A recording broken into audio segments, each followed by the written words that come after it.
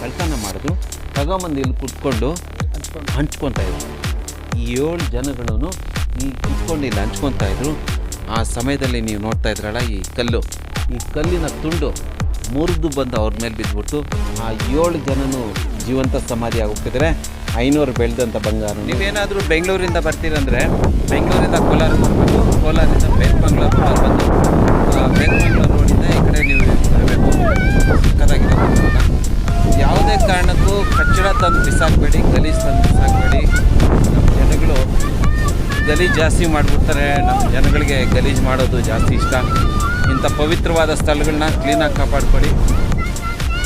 ಎಲ್ಲ ಇನ್ನೂ ಬೇಕಾದಷ್ಟು 1,00,000 ಸೆಕ್ಷನ್ಗಳೈತೆ ತಿಳ್ಕೊಳಕ್ಕೆ. ಅದರಲ್ಲಿ ವಯಸ್ಸಾಗಿದ್ರು ಆ ಮೂಗ್ನತ್ ಯಾಕೆ ಇಟ್ಕೊತಾರೆ ಅಂತ ಗೊತ್ತಿಲ್ಲ. ಇವತ್ತು ನಾರಾಯಣ ಸ್ವಾಮಿ ಅವರು ಹೇಳಿದ್ರು, ಮೂಗ್ನತ್ನ ನಾವು ನಮ್ಮ ಹಿಂದೂ ಧರ್ಮದಲ್ಲಿ ಯಾಕೆ ಇಡುವಂಥ ಒಂದು ಅಂದರೆ ಮಣ್ಣು, ಕುಂದ ಅಂದರೆ ಬಂಗಾರ, ಉನುಕುಂದ ಮಣ್ಣಲ್ಲಿ ಬಂಗಾರ ಬೆಳೆಯುವಂಥ ಈ ಹಳ್ಳಿ, ಈ ಮಣ್ಣು, ಆ ಮಣ್ಣಿಗೆ, ಈ ಭೂಮಿಗೆ ಇವತ್ತು ಈ ಊರಿಗೆ ಉನುಕುಂದ ಅಂತ ಹೆಸರಿಟ್ಟಿದ್ದಾರೆ. ಉನುಕುಂದದ ಹೆಸರು ಮಣ್ಣು ಮತ್ತು ಬಂಗಾರ, ಇವೆರಡನ್ನು ಮಿಶ್ರಣವೇ ಉನುಕುಂದ. ಅದೇ ಇವತ್ತು ಈ ಹಳ್ಳಿ ವಿಶೇಷ ಇದು. ಇವಾಗ ಈ ಕಡೆಯಿಂದ ಇಳಿದು ಹೋದರೆ ಈಸಿ, ಇಲ್ಲಿಂದ ಇಳಿದು ಹೋಗಿ ಅಲ್ಲಿಂದ ಸುತ್ತಾಕೊಂಡು ಅಲ್ಲಿಂದ ಬರೋದು ಕಷ್ಟ. ಇಲ್ಲಿಂದ ನಾವು ಇಳಿಬೇಕಾದ್ರೆ ನಾವೇನು ಮಾಡಬೇಕು, ಕುತ್ಕೊಂಡು ಇಳಿಬೇಕು. ಸಾಂಗ್ ಈ ಕಡೆ ಬಾ, ಅಷ್ಟು ಅದ ಮೇಲೆ ಹೋಗ್ಬೇಡ. Ladies and gentle guys, welcome to Unukunda ಗ್ರಾಮ. ವೀಕ್ಷಕರೇ, ಇವತ್ತು ನಾನು ನಿಮಗೆ ಉನುಕುಂದ ಅನ್ನೋ ಒಂದು ಗ್ರಾಮಕ್ಕೆ ಕರ್ಕೊಂಡು ಹೋಗ್ತಾ ಇದ್ದೀನಿ. ತುಂಬ ಅದ್ಭುತವಾದ ಸ್ಥಳ. ಹೋಗಬೇಕಾಗಿರೋ ದಾರಿ ಕೋಲಾರಿಂದ ನೀವು ಬೇತ್ಮಂಗ್ಳ ರೋಡಲ್ಲಿ ಬಂದರೆ ಇದು ಗಂಗಾಪುರ ಅಂತ ಒಂದು ಕ್ರಾಸು, ಗಂಗಾಪುರ ಗೇಟಲ್ಲಿ ನೀವು ನಿಂತ್ಕೊಂಡು ರೈಟ್ ಸೈಡ್ಗೆ ಒಂದು ಹಳ್ಳಿಗೆ ಹೋಗಬೇಕು. ನಾನು ನಿಮ್ಮನ್ನು ಕರ್ಕೊಂಡು ಹೋಗ್ತೀನಿ, ಫಾಸ್ಟಾಗಿ ಕರ್ಕೊಂಡು ಹೋಗ್ತೀನಿ. ಹಿಂಗೆ ನೋಡಿ, ಎಷ್ಟು ನಾನು ಫಾಸ್ಟ್ ಇಟ್ಟಿದ್ದೀನಿ, ವಿಡಿಯೋನ ಫಾಸ್ಟ್ ಮಾಡಿಬಿಟ್ಟಿದ್ದೀನಿ, ಬೇಗ ಹೋಗಿ ಸೇರ್ಕೊಳ್ಳೋಣಂತ. ಇದೇ ರೀತಿಯಲ್ಲಿ ನೀವು ಇದೇ ಸ್ಟ್ರೈಟ್ ಬಂದರೆ ನೋಡಿ, ಈಗ ಹೆಂಗೆ ಬಂದರೆ ಇಲ್ಲೊಂದು ಗಂಗಾಪುರ ಅಂತ ಒಂದು ಹಳ್ಳಿ. ಈ ಹಳ್ಳಿಯಿಂದ ನೀವು ಲೆಫ್ಟಿಗೆ ತೊಗೊಬೇಕು. ತುಂಬ ಚೆನ್ನಾಗಿದೆ, ನಿಮ್ಗೆ ಕರ್ಕೊಂಡು ಹೋಗ್ತೀನಿ. ಎಷ್ಟು ಚೆನ್ನಾಗಿದೆ ಅಂದರೆ ನಿಜವಾಗ್ಲೂ ನಮ್ಮ ಕೋಲಾರದಲ್ಲಿ ಇಂಥ ಸ್ಥಳ ಇದೆಯಾ ಅಂತ ನಿಮ್ಗೆ ಅನಿಸ್ಬೇಕು, ಅಷ್ಟು ಒಳ್ಳೆಯ ಸ್ಥಳ.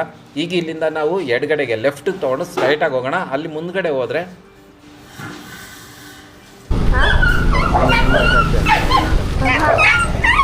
ಹಿಂಗೆ ನಾವು ಸ್ಟ್ರೈಟಾಗಿ ಬಂದು ಇಲ್ಲಿಂದ ನಾವು ರೈಟಿಗೆ ತೊಗೊಬೇಕು. ರೈಟಿಗೆ ತೊಗೊಂಡು ನೋಡಿ, ಇಲ್ಲಿಂದ ರೈಟಿಗೆ ತೊಗೊಂಡಿಗೆ ಸ್ಟ್ರೈಟ್ ಒಂದೇ ಊರೊಳಗೆ ಒಂದೇ ದಾರಿ. ಅದ್ಭುತವಾದ ಸುಂದರ ಪರಿಸರ.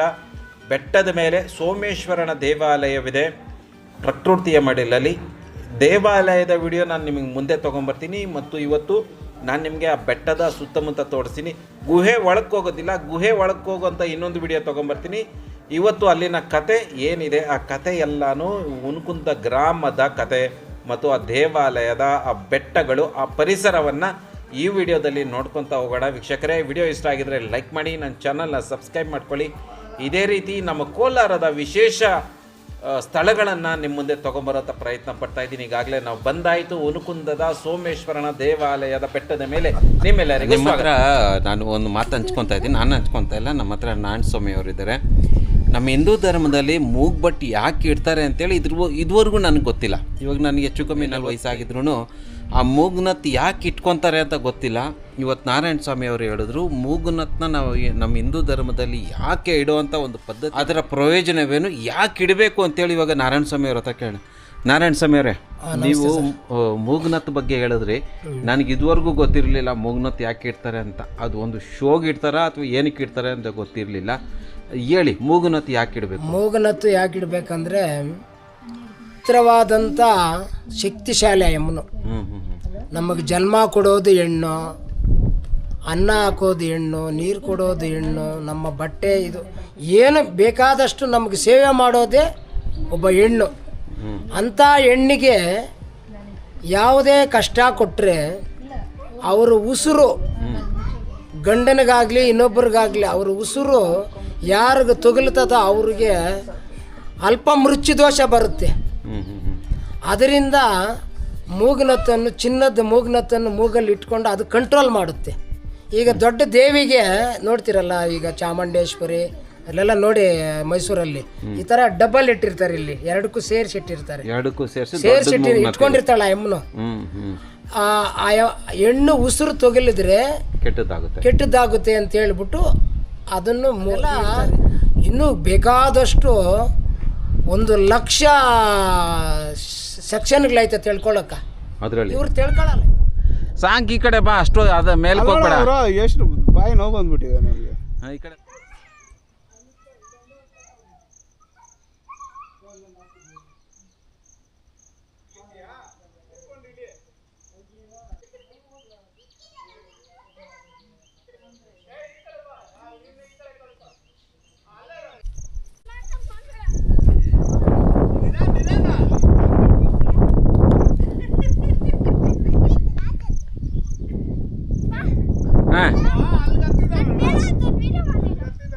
ಅಲ್ಲಿ ಹತ್ತಿದ್ದಾನೆ, ಚೆನ್ನಾಗಿದೆ ಅಲ್ಲ ಅವತ್ತು.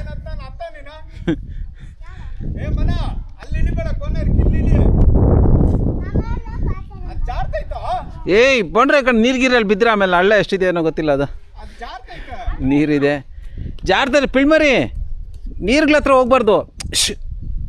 ಈ ಕಡೆ ಬನ್ರಿ, ಮುಗ್ಗರ್ಸಿದ್ರೆ ಆಮೇಲೆ ಇಬ್ಬರಲ್ಲಿ ಒಬ್ರು ಈ ಕಡೆ ನಮ್ಮ ನೀರು ಫ್ರಾಗ್ ಅದು.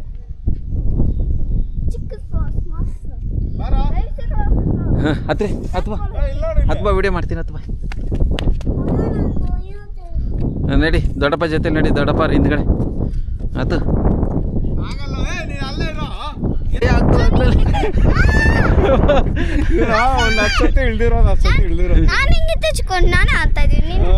ನೀನ್ ಚಿಕ್ಕನಪ್ಪ, ನಿನ್ಗೆ ಇಲ್ಲ ನಮ್ಗೆ ಬಾಡಿ ದೊಡ್ಡದಲ್ವಾ ಭಯ. ನಮ್ಗೆ ವಿಡಿಯೋ ನೋಡಿ ಚೆನ್ನಾಗಿ ಮಾಡಿದ್ದೀನಿ ನಾವು ಹತ್ತಿರೋದಿರೋ. ಆಯ್ತಾ ಬನ್ರಿ. ನೋಡಿ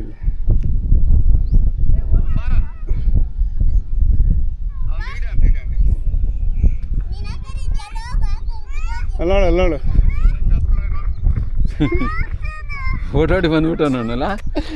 ಅಲ್ಲೋಡು ಜಂಪ್ ನೋಡು, ಎಲ್ಲಿಂದ ಈ ದಾರಿ ತುಂಬ ಚೆನ್ನಾಗಿ ಕಾಣಿಸ್ತು ನಾನು ಸ್ವಾಮಿ. ಏನು ಬ್ಯೂಟಿಫುಲ್. ಇದು ಕೆರೆ, ಇದು ಪೂರ್ತಿ ಕೆರೆ ಅಲ್ವಾ? ನೀರು ಸಾಕಾಗಿದೆ ಒಟ್ಟಿನಲ್ಲಿ. ತುಂಬ ಚೆನ್ನಾಗಿದೆ ಪರಿಸರ ಇಲ್ಲಿನ. ಇದೆಲ್ಲ ಗದ್ದೆಗಳು. ಇದು ತುಂಬ ಚೆನ್ನಾಗಿದೆ ಪರಿಸರ. ಅದೇನು ಬೆಟ್ಟ ನಾನು ಸ್ವಾಮಿ ಅಲ್ಲಿ ಕಾಣಿಸ್ತಾ ಇರೋದು? ಅದು ಏನೋ ದೇವಸ್ಥಾನ ಏನೋ ಇದ್ದಂಗೆ ಐತಪ್ಪು.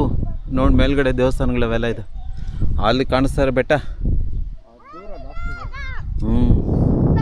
ಇದು ಬಂಗಾರಪೇಟೆ ಹತ್ರ ನೋಡಿ, ಅದೇ ಬಂಗಾರಪೇಟೆ ಅಂತೆ. ಅದು ಬೈಪಾಸ್, ಅದು ನೋಡಿ ಅಲ್ಲಿ ಬೈಪಾಸ್ ಇದೆ. ಇದು ನೈಸ್ ರೋಡ್ ಅದು. ಇಲ್ಲ ಅದು ಬೇರೆ. ಈ ಕಡೆ ಮರಗಳೆಲ್ಲ ಜೋರಾಗಿ ಜಾಸ್ತಿ ಮರಗಳಿದ್ದಾವೆ. ಮರಗಳೆಲ್ಲ ಅಲ್ಲಿ ನೋಡಿ ಹೆಂಗಿದೆ, ಚೆನ್ನಾಗಿ ಕಾಣಿಸ್ತಾ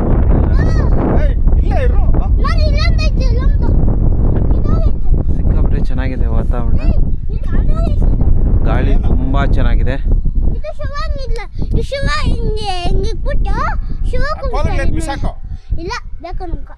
ಇವಾಗ ಈ ಕಡೆಯಿಂದ ಇಳಿದು ಹೋದ್ರೆ ಈಸಿ. ಇಲ್ಲಿಂದ ಇಳಿದು ಹೋಗಿ ಅಲ್ಲಿಂದ ಸುತ್ತಾಕೊಂಡು ಅಲ್ಲಿಂದ ಬರೋಕ್ಕೆ ಕಷ್ಟ. ಇಲ್ಲಿಂದ ನಾವು ಇಳಿಬೇಕಾದ್ರೆ ನಾವೇನು ಮಾಡಬೇಕು, ಕೂತ್ಕೊಂಡು ಇಳಿಬೇಕು. ಅವ್ನು ಚಿಕ್ಕವನು, ಅವ್ನು ನಿಂತ್ಕೊಂಡು ಇಳಿತಾನೆ. ನನಗೆ ಭಯನಪ್ಪ.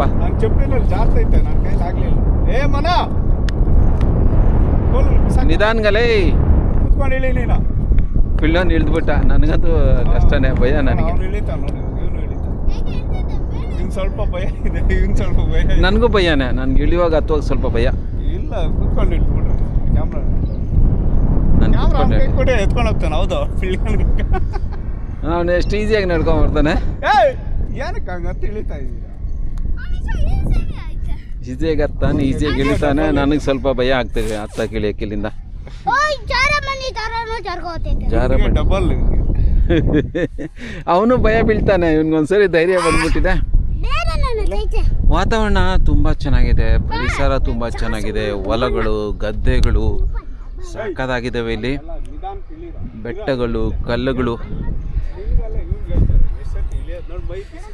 ನೀವೇನಾದರೂ ಬೆಂಗಳೂರಿಂದ ಬರ್ತೀರಂದರೆ ಬೆಂಗಳೂರಿಂದ ಕೋಲಾರಕ್ಕೆ ಬರಬೇಕು. ಕೋಲಾರಿಂದ ಬೇತ್ಮಂಗ್ಳೂರು ರೋಡಲ್ಲಿ ಬಂದು ಬೇತ್ಮಂಗ್ಳೂರು ರೋಡಿಂದ ಈ ಕಡೆ ನೀವು ಬರಬೇಕು.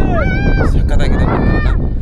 ಯಾವುದೇ ಕಾರಣಕ್ಕೂ ಕಚ್ಚಡ ತಂದು ಬಿಸಾಕಬೇಡಿ, ಗಲೀಜು ತಂದು ಬಿಸಾಕಬೇಡಿ.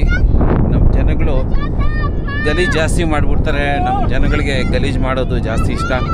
ಇಂಥ ಪವಿತ್ರವಾದ ಸ್ಥಳಗಳನ್ನ ಕ್ಲೀನಾಗಿ ಕಾಪಾಡ್ಕೊಳ್ಳಿ. ಅವ್ರು ಏನೋ ಕೇಳ್ತಾರೋ ಸುಮ್ಮನೆ.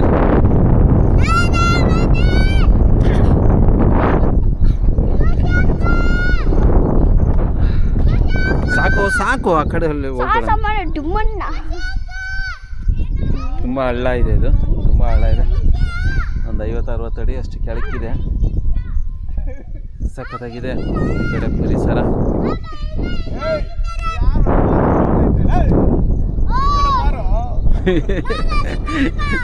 ಭಯ ಆಗ್ತಾ ಇದೆಯಲ್ಲ, ನಮಗೆ ಭಯ ಆಗ್ತದೆ. ಅವನು ಇನ್ನು ಈ ಕಡೆ ಪಿಳ್ಗ್ಯ ಅಲ್ಲಿಂದ ಇಲ್ಲಿ ಜಂಪ್ ಮಾಡೋಣ. ಸ್ವಲ್ಪ ನೀನು ಮಧ್ಯದಲ್ಲಿ ಬಂದ್ಬಿಡಪ್ಪ. ಕ್ಯಾಮ್ರಾ ಇನ್ ಕೈ ಕೊಡೋಣ, ಪಿಳ್ಳೆ ಕೈ ನೀನು ಆಗಲ್ಲ. ನೀನೇ ಜಾರ್ತಾ ಇದೀಯಾ. ಚೆನ್ನಾಗಿದೆ, ಹೋಗ್ತಾನೆ, ನಿಂತ್ಕೊಂಡ್ ಬರ್ತಾನೆ. ನೀನು ತುಂಬಾ ಚೆನ್ನಾಗಿದೆ ವಾತಾವರಣ. ನಿನ್ಕಿಂತ ದೊಡ್ಡವನ, ಸಖತ್ತಾಗಿದೆ, ಸಖತ್ತಾಗಿದೆ. ಸ್ವಲ್ಪ ಇಲ್ಲ, ತುಂಬ ಚೆನ್ನಾಗಿದೆ ಇದು. ಕೆಳಗಡೆ ಖುಷಿ ಕೈಲಿ ಪಕ್ಕ ಇಲ್ಲಿ ಬರೋಕ್ಕಾಗಲ್ಲ ಅಂತ ನನ್ಗನ್ಸುತ್ತೆ.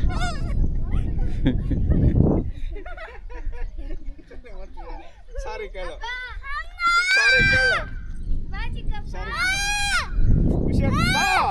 ಅವನ ಜೊತೆ ಬಾ. ಅವ್ನು ಬರ್ತಾ ಇಲ್ವಾ ಅಲ್ಲಿ? ಖುಷಿಗೆ ಭಯ, ಖುಷಿಗೆ ಭಯ. ಗಂಟೆ ಬಂದು ವಾಪಸ್ ಬಂದ್ಬಿಡ್ತ ಅವಾಗ. ಹ್ಞೂ ಇರೋ ಇವಾಗೂ ನೋಡ್ಕೊ ಬರಲ್ಲ, ನೋಡ್ಕೊಂಡು ಬರಲ್ಲ ಪಕ್ಕ ನಿಲ್ಕೊಂಬಾರ. ಬರೋಣ ಅಂತ ಕಲ್ ಮೇಲೆ ಹತ್ತಕ್ಕೆ ಭಯ ಬೀಳ್ತಾಳೆ. ಇನ್ನು ಇಲ್ಲಿ ಬರ್ತಾಳ? ಅಲ್ಲೇ ನೀನ್ ನಿಧಾನ ಕಿಳಿತೀಯಾ? ಇರಪ್ಪ, ಇವ್ ಕಿಳಿತ. ನೀನು ಹೋಗು, ಇವನು ಆಮೇಲೆ ಬರ್ತಾನೆ. ಈ ಸೈಡಲ್ಲಿ ಹೋಗು. ನೋಡಿ, ನಿಧಾನಕ್ಕೆಲ್ಲ ಹಿಂಗೆ ಇದೆ, ಹಂಗೆ ಹೋಗು. ಜಾಸ್ತಿ ಹೋಗ್ಬಾರ್ದು.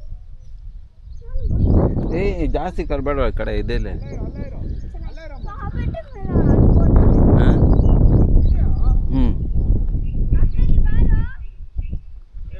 ಇವಾಗ ನಾವು ಆ ಕಲ್ ಮೇಲೆ ಬೇಕಾದ್ರೂ ಹತ್ಬೋದು, ಆ ಕಲ್ ಮೇಲೆ ಬೇಕಾದ್ರೂ ಹತ್ಬೋದು. ಈ ಕಲ್ಗೆ ಹತ್ತಕ್ಕಾಗಲ್ಲ. ತುಂಬ ಚೆನ್ನಾಗಿದೆ ಪರಿಸರ. ನನ್ನ ಮಗಳು ಇಲ್ಲಿ ಹತ್ತಕ್ಕೆ ಭಯ ಬಿದ್ದು ಹೊರಟೋಗ್ಬಿಟ್ಲು. ಅವ್ನು ಮತ್ತೆ ಹತ್ತಾ ಇದ್ದಾನೆ, ಇಳ್ತಾ ಇದ್ದಾನೆ.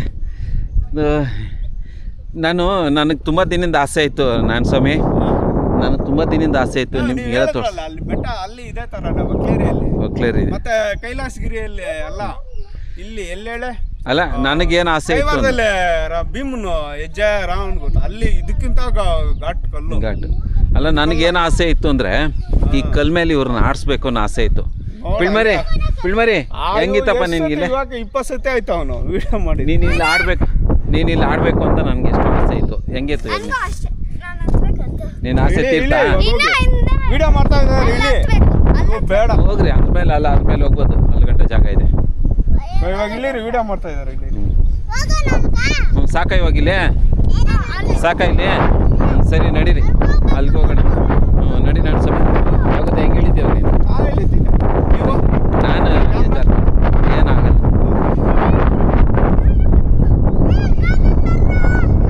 ನೋಡ ಅವನ ಹೆಸರು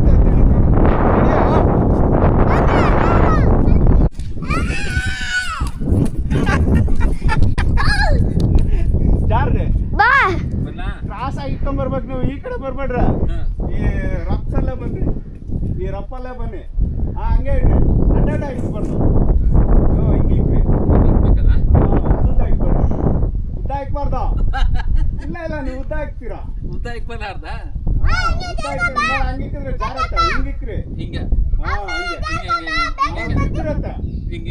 ಅವಾಗ ಈ ಹೆಸರು ತೆಗೆದಾಕಂತ ನೋಡ. ಈ ಹೆಸರು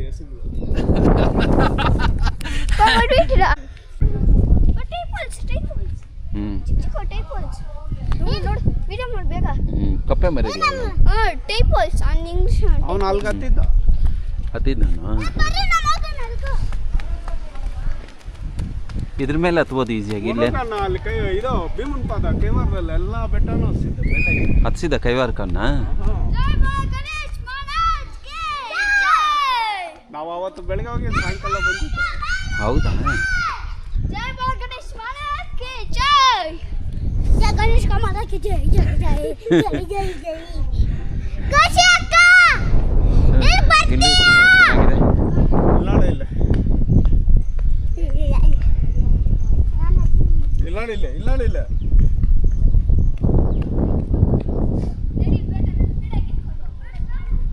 ನಿಧಾನಕ್ಕಿಳಿರ.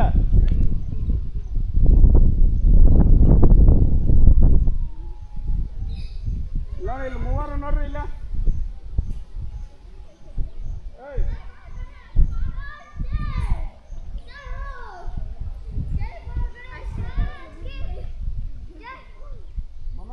ಅಪ್ಪ ಯಾಕಪ್ಪ ಕಸ ಎಲ್ಲ ಐತೆ ಬೇಡ. ಈ ಕಡೆ ಬಾರೋ. ಅಲ್ಲಿ ನೀರೆಲ್ಲ ಐತಪ್ಪ. ಮೊದಲೇ ನಮ್ಗೆ ಈಜು ಹೊಡ್ಯಕ್ಕೆ ಬರಲ್ಲ, ಏನಿಲ್ಲ. ಅದು ಹಾಳಾಯ್ತಾ? ಗೊತ್ತಿಲ್ಲ ಇದು ಹಾಳಿದ್ದು. ಜಂಬೂವ ಜಂಬೂವ ಅಂತಾರೆ. ಜಂಬೂವ ಇವನಿಗೆಲ್ಲ ಗೊತ್ತಪ್ಪ, ಜಂಬೂವ ಗಿಂಬೂವ ಅಂತ. ಜಂಬೂವಾಗ ಪಿಸಿಪುರ. ತೋರ್ಸೋದು ಹೆಂಗಿದೆ ಪಿಲ್ಮರಿ? ತೋರ್ಸೋದು ಅಪ್ಪ ತೋರ್ಸೋದು. ನಡಿ ಅಮ್ಮ ಮಾಡಿಸ್ಬಿಟ್ಟು ಬಂದಿದೆ. ಇಲ್ಲ ಇರು ಅಲ್ಲೇ ಇರ್ರೆ ಹೂವು ತೋರ್ಸ. ಇಲ್ಲ ನೋಡಿ ಇಲ್ಲ ಮೂವರು ನೋಡ್ರಿ ಇಲ್ಲ. ಮಲ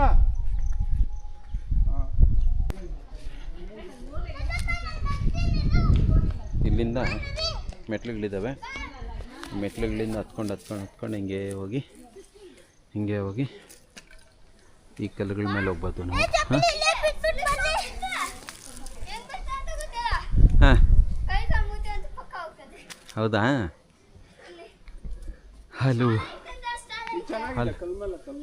ಕಲ್ ಮೇಲೆ ಅದು ಕಲ್ಲು ಇತಿಹಾಸ ಇದೆ. ನಾನು ಸುಮ್ಮನೆ ನಿಂಗೆ ಹೇಳ್ತೀನಿ ಇವಾಗ. ಆ ಕಲ್ಲು ಇತಿಹಾಸ ನೋಡ್ದ ಅದು. ಇಲ್ಲಿ ಬಂದಾಗ ಈ ಸಂದಿ ಒಳ್ಕೊಂಡು ಬಿದ್ದರೆ ಎಷ್ಟು ಹಳ್ಳ ಇದೆ. ಎಲ್ಲ ಸಿಕ್ಕಾಕೊಂಬಿಡ್ತೀರಿ ಸಂದಿ ಒಳ್ಕೋದ್ರೆ. ಅಲ್ಲೊಂದು ಸಂದಿ ಇದೆಯಾ? ಜೈ ಶ್ರೀರಾಮ್. ಇಷ್ಟೇ ಹೋಗಕ್ಕಾಗದ? ಆ ಕಲ್ ಮೇಲೆಲ್ಲ ಹೋಗಕ್ಕಾಗಲ್ಲ. ಜಾಸ್ತಿ ಆಳ ಇದೆ ಇದು. ದೊಡ್ಡ ಕಲ್ಲುಗಳು ಇಲ್ಲಿ ಗಂಟ ಬರ್ಬೋದು ಅಷ್ಟೇ. ನಾವೇನಾದರೂ ಆ ಕಲ್ ಮೇಲೆ ಹೋಗ್ಬೇಕು ಅಂದರೆ ಈ ಕಡೆ ಬಾ, ಹಿಂದಕ್ಕೆ ಇನ್ನ ಅಯ್ಯಪ್ಪ ಹಿಂದಕ್ಕೆ ಬರೋ. ಅಲ್ಲೇ ಚೂಪಾಗಿದೆ. ಹೆಂಗಿದೆ ಹಳ್ಳ ನೋಡು.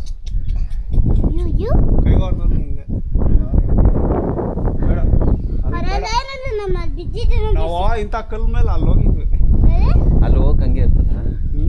ದಾರಿ ಹಂಗೆ ಇರ್ತದೆ. ಅದೇ ಅಂಥ ದಾರಿಗಳು ಇವಾಗ ಅಲ್ಲಿ ಹತ್ತಿದ್ವಿ ನೋಡ. ನೀವು ಆ ಕಲ್ ಮೇಲೆ ನಾವು ಹೋಗ್ಬೇಕು ಅಂದ್ರೆ ಇದ್ರ ಮೇಲೆ ಜಂಪ್ ಮಾಡಿ ಆ ಕಡೆ ಹೋಗ್ಬೇಕು. ಅವಾಗ 4-5 ಕಲ್ ಮೇಲೆ ಹೋಗ್ಬಾರ್ದು. ಹೋಗ್ಬೋದು. ಆ ಕಡೆಯಿಂದ ಎಲ್ಲ ದಾರಿ ಇರ್ತೈತಿ ಇದಕ್ಕೆ. ನಮ್ಗಂತ ಸಾಹಸ ಬೇಡ. ನನ್ನ ಸ್ವಾಮಿ ಏನು ಗೊತ್ತಾ, ಇವಾಗ ಈ ಕಲ್ಲುಗಳಲ್ಲಿ ಗುಹೆ ಇದೆ ಒಳಗಡೆ. ಒಳಗಡೆ ಅಲ್ಲಿ ಗುಹೆ ಇದೆ. ಒಳಗಡೆ ಗುಹೆ ಇದೆಯಂತೆ. ಹಂಗಿಂದ ಹಿಂಗೂ ಇದೆ ದಾರಿ ನೋಡಿ. ಹಿಂಗೆ ಹೋಗ್ಬೋದು ನಡೀರಿ. ಇಲ್ಲೆಲ್ಲೋ ದಾರಿ ಇದೆಯಂತೆ ಗುಹೆ ಹೋಗೋಕೆ. ಚಪ್ಪಲಿ ಹಾಕೊಳ್ರ. ಇಲ್ಲಿ ಹೋಗಕ್ಕಾಗಲ್ಲ. ಒಳಗಡೆ ಹೋಗೋಣ. ಮುನ್ನ ಚಪ್ಪಲಿ ಹಾಕೋ. ಗುಹೆ ಒಳಗಡೆ ಅವಾಗ ಖುಷಿ ಅಕ್ಕ ಅಂಕರಿ. ಖುಷಿ ಗುಹೆ ಒಳಗಡೆ ಹೋಗ್ಬೇಕಂದ ಅವಾಗ. ಇಲ್ಲಿಂದ ಗುಹೆ ಒಳಗಡೆ ಹೋಗಕ್ಕಾಗುತ್ತಾ? ಅಕ್ಕ ಬರ್ತಾವ ನೋಡಿ. ಇವು ಇಲ್ಲಿಂದ ಗುಹೆ ಒಳಗೆ ಹೋಗ್ಬೋದಾ? ಇಲ್ಲಿಂದ ಇಳಿದು ಹೋಗ್ಬೋದಂತೆ ಗುಹೆ ಒಳಗೆ.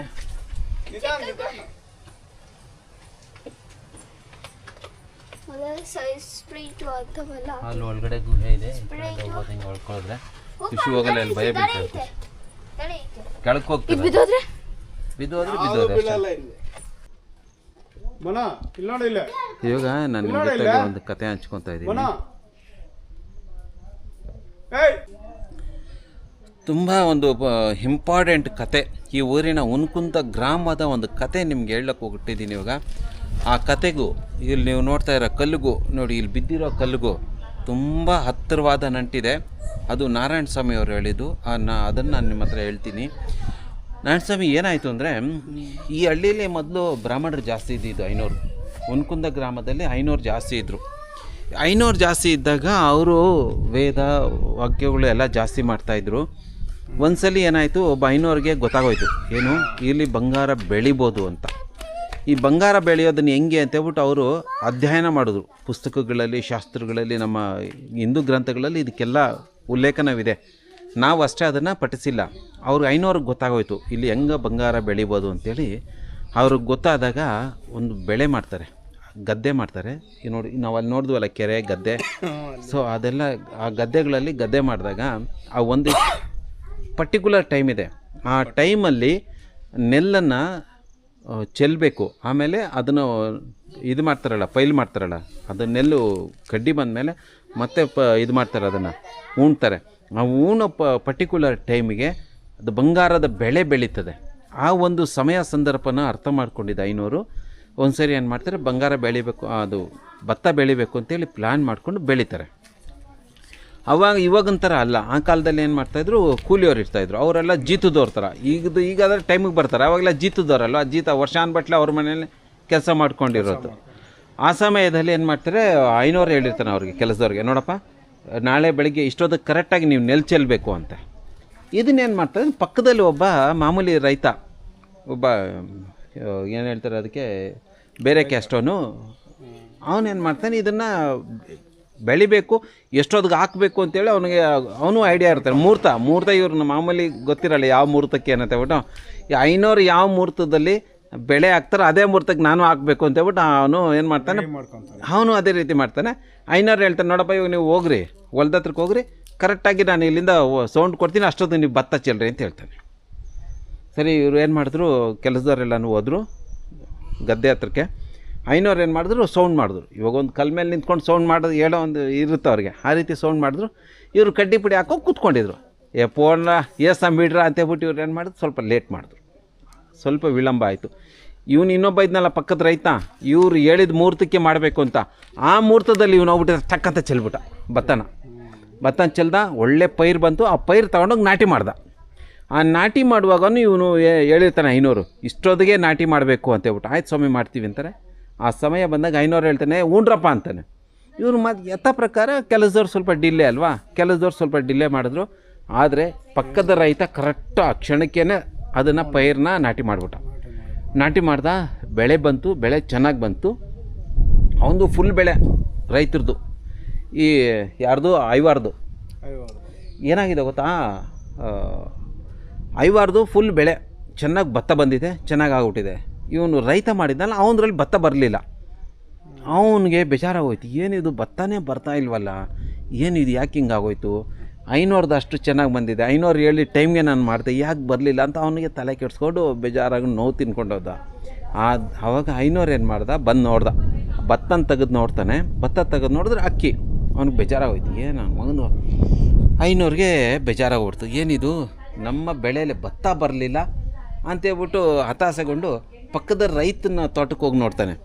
ಪಕ್ಕದ ತೋಟನಿಗೆ ಹೋಗಿ ನೋಡಿದಾಗ ಅವನು ಆ ಕಾಳನ್ನ ಅಕ್ಕಿ ರೆಕ್ಕೆನ, ಅದು ಇದಿರುತ್ತಲ್ಲ ಕಡ್ಡಿ, ಭತ್ತದ ಕಡ್ಡಿ, ಅದನ್ನು ರೆಕ್ಕೆ ಬಿಚ್ಚಿ ನೋಡ್ತಾನೆ.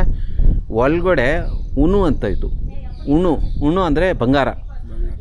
ಅದು ಹೆಂಗೆ ಭತ್ತದ ಕಾಳಲ್ಲಿ ಇತ್ತು, ಭತ್ತದ ರೀತಿಯಾಗಿ ಜೈಂಟಾಗಿ ಬೆಳ್ಕೊಂಡಿತ್ತು. ಅದು ನೋಡ್ಬಿಟ್ಟ, ಅದು 500 ಗೊತ್ತಾಗೋಯ್ತು, ಓ ಇದರಲ್ಲಿ ಬಂಗಾರ ಇವಂದು ಬೆಳೆದಿದೆ, ನನ್ನ ಭತ್ತ ಬೆಳೆದಿದೆ ಅಂತ ಅವ್ರಿಗೆ ಗೊತ್ತಾಗೋಗ್ಬಿಟ್ಟು ಅವಾಗ 500 ಏನು ಮಾಡ್ತಾನೆ, ఆ రైతుని వెళ్తానే అప్ప నీ దాంట్లో ఏమీ రాలేదు, నా దాంట్లో బాగుంది, ನಿಂದ್ರಲ್ಲಿ ಬೆಳೆ ಬಂದಿಲ್ಲ, ನಂದ್ರಲ್ಲಿ ಬೆಳೆ ಚೆನ್ನಾಗಿ ಬಂದಿದೆ, ನಿಂಗೆ ಹೋದ ವರ್ಷ ಬೆಳೆ ಚೆನ್ನಾಗಿ ಆಗಿಲ್ಲ, ಈ ನೀನು ಭತ್ತ ನೀನು ಎತ್ಕೊಂಬಿಡು, ಈ ಹುಲ್ಲು ನಾನು ಕೊಟ್ಬಿಡು, ನಾನು ನಮ್ಮ ದನಗಳಿಗೆ ಹಾಕ್ಕೊಂಬಿಡ್ತೀನಿ ಹುಲ್ಲು ಅಂತ ಹೇಳ್ದ.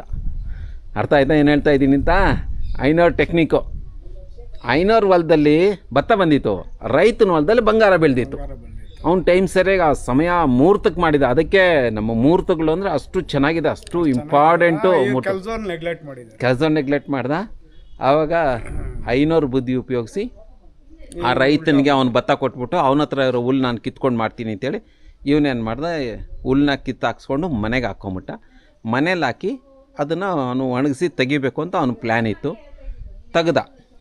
ತೆಗೆದು ರಾಸಿ ಹಾಕ್ಕೊಂಡಿದ್ದ. ಇದೇನಾಯಿತು, ಕಳ್ಳರಿಗೆ ಗೊತ್ತಾಗ್ಬಿಡ್ತು, ಒಂದು ಗ್ಯಾಂಗಿಗೆ 500 ಮನೇಲಿ ಬಂಗಾರ ಇದೆ ಅನ್ನೋದು ಗೊತ್ತಾಗೋಯ್ತು. ಆ ಬಂಗಾರನ ಏನು ಮಾಡ್ತಾಯಿದ್ರು, ಕಳ್ತನ ಮಾಡಿದ್ರು, ತಗೊಂಬಂದು ಇಲ್ಲಿ ಕುತ್ಕೊಂಡು ಹಂಚ್ಕೊತಾಯಿದ್ರು. ಈ 7 ಜನಗಳೂ ಈ ಕುತ್ಕೊಂಡು ಇಲ್ಲಿ ಹಂಚ್ಕೊತಾಯಿದ್ರು. ಆ ಸಮಯದಲ್ಲಿ ನೀವು ನೋಡ್ತಾ ಇದ್ರಲ್ಲ, ಈ ಕಲ್ಲಿನ ತುಂಡು ಮುರಿದು ಬಂದು ಅವ್ರ ಮೇಲೆ ಬಿದ್ದುಬಿಡ್ತು. ಆ 7 ಜನನೂ ಜೀವಂತ ಸಮಾಧಿ ಆಗಿಬಿಟ್ಟಿದ್ರೆ, 500 ಬೆಳೆದಂಥ ಬಂಗಾರನೂ ಇಲ್ಲಿ ಉಳಿದೋಗ್ಬಿಟ್ಟಿದೆ. ಆಮೇಲೆ ಇದನ್ನು ಹೆಂಗೆ ಗೊತ್ತಾಯಿತು ಇಲ್ಲಿ ಬಂಗಾರ ಇದೆ ಅಂದರೆ, ಈ ಮಳೆ ಬಂದಾಗ ನೀರೆಲ್ಲ ಕೊಚ್ಕೊಂಡು ಹೋಗ್ತಾರಲ್ಲ, ಮೊದಲು ಈ KGF ಅಲ್ಲಿ ಬಂಗಾರ ತೆಗಿಯೋರು ಕೆಲಸ ಮಾಡ್ತಾಯಿದ್ರು, ಅಳಬರು ತೆಗಿತಾಯಿದ್ರು. ಅವರು ಬಂದು ಮಳೆ ಬರೋ ಟೈಮ್ಗಲ್ಲಿ ಈ ಮಣ್ಣನ್ನು ಕ್ಲೀನ್ ಮಾಡಿ ಆ ಬಂಗಾರ ತೆಗಿತಾಯಿದ್ರಂತೆ. ಇವಾಗೂ ಕೆಲವರು ಬಂಗಾರ ತೆಗಿತಾರೆ, ಮಣ್ಣನ್ನು ನೀರಲ್ಲಿ ಹಾಕಿ ತೊಳೆದು ತೆಗಿತಾರಲ್ಲ, ಹಂಗೆ ಇಲ್ಲಿ ತೆಗೆದು ಅವರು ಆ ಥರ ಬಂಗಾರನೂ ಮಾಡ್ಕೊಂಡು ಹೋಗಿದ್ದಾರೆ ಆ ಕಾಲದವರು. ಅವರು ದೊಡ್ಡವರೆಲ್ಲ ಹೊರಟೋದ್ಮೇಲೆ ಇವಾಗ ಇರೋರು ಚಿಕ್ಕವ್ರ ಕೈಲಿ ತೆಗಿಯೋಕ್ಕಾಗ್ತಾಯಿಲ್ಲ. ಸೊ ಉನು ಅಂದರೆ ಬಂಗಾರ. ಉನು ಅಂದರೆ ಮಣ್ಣು, ಕುಂದ ಅಂದರೆ ಬಂಗಾರ. ಹ್ಞೂ, ಉಣ್ಣು ಅಂದರೆ ಮಣ್ಣು, ಕುಂದ ಅಂದರೆ ಬಂಗಾರ. ಉನುಕುಂದ, ಮಣ್ಣಲ್ಲಿ ಬಂಗಾರ ಬೆಳೆಯುವಂಥ ಈ ಹಳ್ಳಿ, ಈ ಮಣ್ಣು, ಆ ಮಣ್ಣಿಗೆ, ಈ ಭೂಮಿಗೆ, ಇವತ್ತು ಈ ಊರಿಗೆ ಉನುಕುಂದ ಅಂತ ಹೆಸರಿಟ್ಟಿದ್ದಾರೆ. ಉನುಕುಂದದ ಹೆಸರು ಮಣ್ಣು ಮತ್ತು ಬಂಗಾರ, ಇವೆರಡನ್ನು ಮಿಶ್ರಣವೇ ಉನುಕುಂದ. ಅದೇ ಇವತ್ತು ಈ ಹಳ್ಳಿ ವಿಶೇಷ. ಇದು ನೀವು ನೋಡಿದ್ರಲ್ಲ, ಈ ಕಲ್ಲು ನೋಡಿ, ಇಲ್ಲಿ ತುಂಡಾಗಿ ಬಿದ್ದು ನೋಡಿ, ಇದೇ ಆ ಕಲ್ಲು. ಈ ಕಲ್ಲು ಅವ್ರ ಮೇಲೆ ಬಿದ್ದುಬಿಟ್ಟು ಇಲ್ಲಿ ಜೀವಂತ ಸಮಾಧಿ ಆಗಿಬಿಟ್ಟಿದ್ದಾರೆ. ಈ ಕಲ್ಲು ಕೆಳಗಡೆ ಅವರು ಜೀವಂತ ಸಮಾಧಿ ಇದ್ದಾರೆ. ಆಮೇಲೆ ಇಲ್ಲಿ ಬಂಗಾರನೂ ಇದೆ. ಯಾವುದೇ ಕಾರಣಕ್ಕೂ ಇದು ಕತೆ, ಯಾವುದೇ ಕಾರಣಕ್ಕೂ ಇಲ್ಲಿ ನಿಧಿಗಳ್ಳರು ಬಂದ್ಬಿಟ್ಟು ತೋಡೋ ಅಂಥ ಕೆಲಸ ಮಾಡಬೇಡಿ, ಇಲ್ಲೇನೂ ಸಿಕ್ಕೋದಿಲ್ಲ. ಅದು ಕತೆ ಈ ರೀತಿ ಇದೆ ನೋಡಿ. ಇಷ್ಟು ದೊಡ್ಡ ಕಲ್ಲು ಇಲ್ಲಿ ಕಾಣಿಸ್ತಾ ಇದೆಯಲ್ಲ ನಿಮಗೆ ನೋಡಿ. ಇಲ್ಲಿಂದ ಬಿಟ್ಕೊಂಡಿರೋದು ನಮಗೆ ಗೊತ್ತಾಗುತ್ತೆ. ಇಲ್ಲಿಂದ ಬಿಟ್ಕೊಂಡು ಹಿಂಗೆ ಕೆಳಗಡೆ ಬಿದ್ದಿರೋದು ಈ ಕಲ್ಲು ನೋಡಿ. ಇಲ್ಲಿ ನಿಮ್ಗೆ ಕಾಣಿಸ್ತದೆ ಹೆಂಗೆ ಬಿದ್ದಿದೆ ಅಂತ ಹೇಳ್ಬಿಟ್ಟು, ಈ ರೀತಿಯಾಗಿ ಕಾಣಿಸುತ್ತೆ. ಆಮೇಲೆ ಇಲ್ಲಿ ಸಪ್ತಮಾತೃಕೆಯನ್ನು ಸಹ ಕೆತ್ತಲಾಗಿದೆ. ಅಮ್ಮ ತಾಯಿ ಒಬ್ಬರು, ಅಮ್ಮನವರ ಅಮ್ಮ, ನಮೋ ನಮ ತಾಯಿ, ಅಮ್ಮನವರು ನಮೋ ನಮಃ. ಇವರು ಸಪ್ತಮಾತೃಕೆಯರು ಇಲ್ಲಿದ್ದಾರೆ. ಇವರು ಸಪ್ತಮಾತೃಕೆಯರು. ಇಲ್ಲಿಂದ ಗುಹೆ ಇದೆ ಅಂತ ನಾರಾಯಣ ಸ್ವಾಮಿ. ಈ ಗುಹೆ ಯಾವ ದಾರಿ ಅಂತ ಗೊತ್ತಿಲ್ಲ. ಯಾವುದು ಇದೇ ದಾರಿ, ಆ ಕಡೆ ಹೋಗ್ಬೋದು. ಹುಲ್ಲು ಇದೆ ನಾರಾಯಣ ಸ್ವಾಮಿ ದಾರಿ, ಇದೇ ಗುಹೆ. ಇದು ಗುಹೆ ಇಲ್ಲ. ಹೋಗ್ರಿ ಆ ಕಡೆ ನೋಡಿ. ಚಪ್ಪಲಿ ಇಲ್ಲ ಪುಟ, ಅಪ್ಪ ಚಪ್ಪಲಿ ಎತ್ಕೊಂಬೋಗಮ್ಮ ಹೋಗಿ.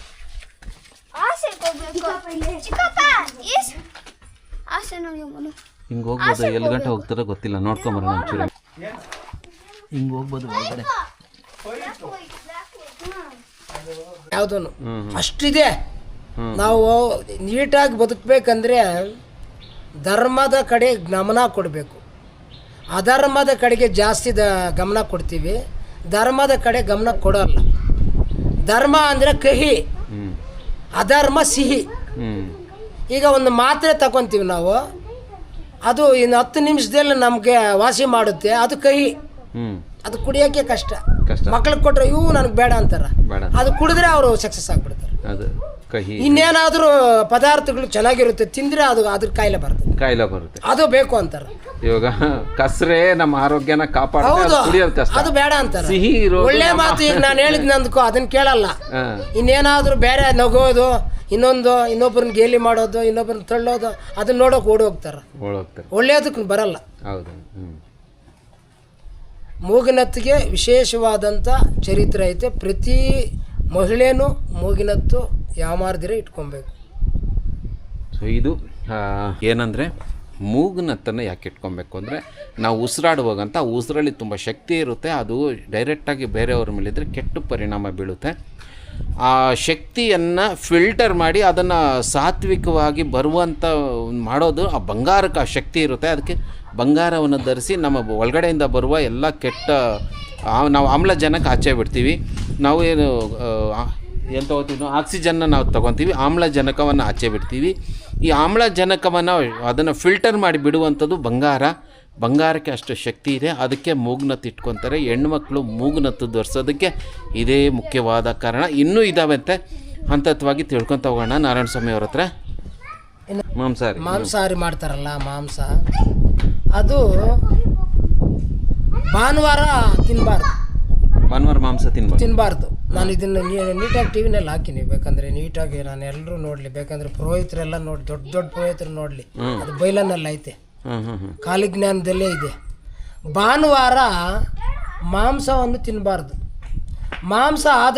ಮಾಂಸನೇ ಅಲ್ಲ, ಆದಷ್ಟು ಭಾನುವಾರ ಸೂರ್ಯನಾರಾಯಣ ಹುಟ್ಟಿರೋ ದಿನ. ಭಾನುವಾರ ಸೂರ್ಯನಾರಾಯಣ ಹುಟ್ಟಿರೋ ದಿನ. ಆರೋಗ್ಯ ಸರೋಗ್ಬೇಕಂದ್ರೆ ಭಾನುವಾರ ಒಂದೇ ಹೊತ್ತು ಊಟ ಮಾಡಿದ್ರೆ ಕೂಡ ಸಾಕು. ನೀರು ಕುಡ್ಕೊಂಡಿದ್ರೆ ಕೂಡ ಒಳ್ಳೆಯದು. ಒಂದೇ ಟೈಮ್, ಮಧ್ಯಾಹ್ನ ಟೈಮ್ ಆಗಲಿ, ಒಂದು ಟೈಮ್ ಊಟ ಮಾಡಿದರೆ ಮತ್ತು ಮಾಡದಿರಿದ್ರೂ ಒಳ್ಳೆಯದೇ. ತಿಂಗಳೆಲ್ಲ ಆರೋಗ್ಯ ಚೆನ್ನಾಗಿರುತ್ತೆ. ಮಾಂಸಾಹಾರಿ ಈ ಮದ್ಯಪಾನ ಇರುತ್ತಲ್ಲ, ಇದು ಮಾಡಿದರೆ ಅವರು ಮನೆ ತುಂಬ ಕೆಟ್ಟೋಗುತ್ತೆ. ಅವ್ರ ಆರೋಗ್ಯಗಳು ಕೆಟ್ಟೋಗುತ್ತೆ, ತಲೆ ಕೆಟ್ಟೋಗುತ್ತೆ, ಏನೇನೋ ಬೆಳಗ್ಗೆ ಕೆಲಸ ಕೂಡ ಹೋಗಲ್ಲ. ಕೆಲವರು ರಜಾ ಹಾಕಿರ್ತಾರೆ ಸೋಮವಾರ ದಿನ. ಬೇಕಾದ್ರೆ ನೋಡಿ, ಸೋಮವಾರ ದಿನ ಕೆಲವ್ರು ಕೆಲಸಕ್ಕೆ ಹೋಗಲ್ಲ. ಈಗ ಬೇರೆ ಕೆಲಸಗಳು ಮಾಡೋರು ಇವರು ರಾತ್ರಿ ಚೆನ್ನಾಗಿ ಜಾಸ್ತಿ ಆಗಿರ್ತದ. ಈ ಬ್ರಿಟಿಷ್ನವ್ರು ಏನು ಮಾಡಿದ್ರು ಅಂದರೆ, ನಮ್ಮ ಮೇಲೆ ಸೇಡು ತೀರಿಸ್ಕೊಳ್ಳೋಕ ಅವ್ರು ಏನು ಮಾಡಿದ್ರು ಅಂದರೆ, ಇವು ಭಾರತೀಯರ ಮೇಲೆ ಏನು ಸೇಡು ತೀರಿಸ್ಕೊಳ್ಳೋಕ್ಕಾಗಿಲ್ಲ, ಸ್ವಾತಂತ್ರ್ಯ ತಗೊಂಡ್ಬಿಟ್ರೆ ಇವ್ರ ಮೇಲೆ ಏನಾದರೂ ನಾವು ಸೇಡು ತೀರಿಸ್ಕೊಬೇಕು ಅಂತ ಹೇಳಿಬಿಟ್ಟು ಅವನು ಭಾನುವಾರನೇ ರಜಾ ಕೊಟ್ಟಿದ್ದಾನೆ. ಅವನು ಭಾನುವಾರ ಯಾಕೆ ರಜಾ ಕೊಟ್ಟನಂದ್ರೆ ನಮ್ಮನ್ನು ಕೆಡಿಸೋದಕ್ಕೆ. ಗೊತ್ತಿರೋರು ತಿನ್ನೋಲ್ಲ. ಈಗ ನಾವು ಭಾನುವಾರ 1 ಟೈಮ್ ಊಟ ಮಾಡ್ತೀವಿ ಅಷ್ಟೇ. ನಮಗೆ ಯಾವುದೇ ಡಾಕ್ಟ್ರ್ ಹತ್ರ ಚೆಕ್ ಮಾಡಿದ್ರೆ ಇಷ್ಟು ಏನೇ ಇರೋದಿಲ್ಲ. ಇವ್ರಿಗೆ 76 ಲಿಸ್ಟ್ ಇಷ್ಟು ಉದ್ದ ಬರುತ್ತೆ. ಯಾರಾದ್ರೂ ಹಾಸ್ಪಿಟ್ಲ್ಗೆ ಹೋದರೆ ಇಷ್ಟು ಸ್ಲಿಪ್ ಕೊಡ್ತಾನೆ, ಅದು ಇದು ಅಂತ. ಕಾಲಜ್ಞಾನವನ್ನು ತಿಳ್ಕೊಂಡು ಬದುಕಬೇಕು ನಾವು. ಕಾಲಜ್ಞಾನದಲ್ಲಿ ಬೇಕಾದಷ್ಟು ಪವರ್ ಇದೆ. ಭಾನುವಾರ ಬ್ರಿಟಿಷವನು ನಮ್ಮೇಲೆ ಸೇಡು ತೀರಿಸ್ಕೊಳ್ಳೋಕೆ ಅವನು ಭಾನುವಾರನೇ ರಜಾ ಕೊಟ್ಟ. ಭಾನುವಾರ ಬಾಡುಟ. ಇವಾಗ ನಿಮ್ಮ ಮಾತಿದ್ದಂಗೆ ನಾನು ಇನ್ನೊಂದು ಮಾತು ಉಲ್ಲೇಖನ ಮಾಡ್ತೀನಿ. ಮೊದಲ ಕಾಲದಲ್ಲಿ ಒಂದು ಸಂತೆ ಅಂತ ಮಾಡ್ತಾಯಿದ್ರು. ಆ ಸಂತೆ ದಿನ ರಜೆ ಕೊಡ್ತಾಯಿದ್ರು. ಇವಾಗ ನಾವು ಉತ್ತೂರು ಕಡೆಗೆ ಹೋದರೆ ಅಲ್ಲಿ ತಂಬಳ್ಳಿ ಸಂತೆ ಮಾಡ್ತಾರೆ, ಸೋಮವಾರ ರಜೆ ಕೊಡ್ತಾಯಿದ್ರು. ಆಮೇಲೆ ನಮಗೆ ಕೋಲಾರದಲ್ಲಿ ಗುರುವಾರ ಸಂತೆ ಮಾಡ್ತಾರೆ, ಗುರುವಾರ ರಜೆ ಕೊಡ್ತಾಯಿದ್ರು. ಗೌರ್ಮೆಂಟ್ ಹೇಳೋದು ನಾನು ಅದು ನೀವು ಹೇಳಿದ ನೀವು ಹೇಳ್ತಿದ್ರೆ ಈ ರೀತಿಯಾಗಿ ನಮ್ಮ ಕೋಲಾರದ ನಮ್ಮ ಹಿಂದೂ ಧರ್ಮದಲ್ಲಿ ಆ ಒಂದು ದಿನಕ್ಕೆ ವಿಶೇಷವಾದ ಆ ಒಂದು ದಿನ ರಜೆ ಕೊಡ್ತಾಯಿದ್ರು. ಭಾನುವಾರಕ್ಕೆ ಅವತ್ತು ರಜೆ ಇರ್ತಾ ಇರಲಿಲ್ಲ. ಈ ಗೌರ್ಮೆಂಟ್ ಏನು ಮಾಡಿದ್ರು, ನಮ್ಮ ಮೇಲೆ ಅವರ ದಬಾಳಿಕೆ ಇರೋದಕ್ಕೆ ಭಾನುವಾರ ದಿನ ರಜೆ ಕೊಟ್ಟು ಬಾಡ್ತೀನೋ ಹಂಗೆ ನಮ್ಗೆ ಅಭ್ಯಾಸ ಮಾಡಿಸ್ಬಿಟ್ಟಿದ್ದಾರೆ.